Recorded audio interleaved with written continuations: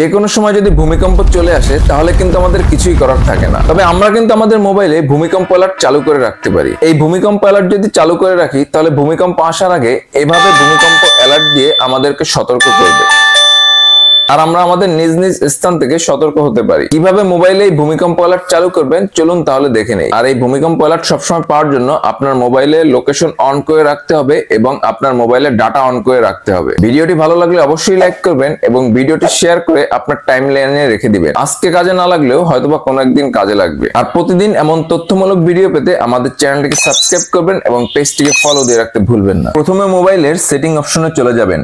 এবার এখান থেকে সেফটি এন্ড এমার্জেন্সিতে ট্যাপ করবেন। এখন আর্থকোয়াক অ্যালার্ট দেখতে পাবেন, এখানে ট্যাপ করবেন। তারপর এখান থেকে আর্থকোয়াক অ্যালার্ট সার্ভিসটি চালু করে দেবেন।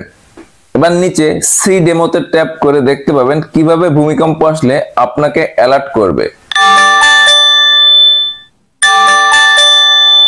আর এভাবেই ভূমিকম্প অ্যালার্ট চালু রেখে আপনি সুরক্ষিত থাকতে পারবেন।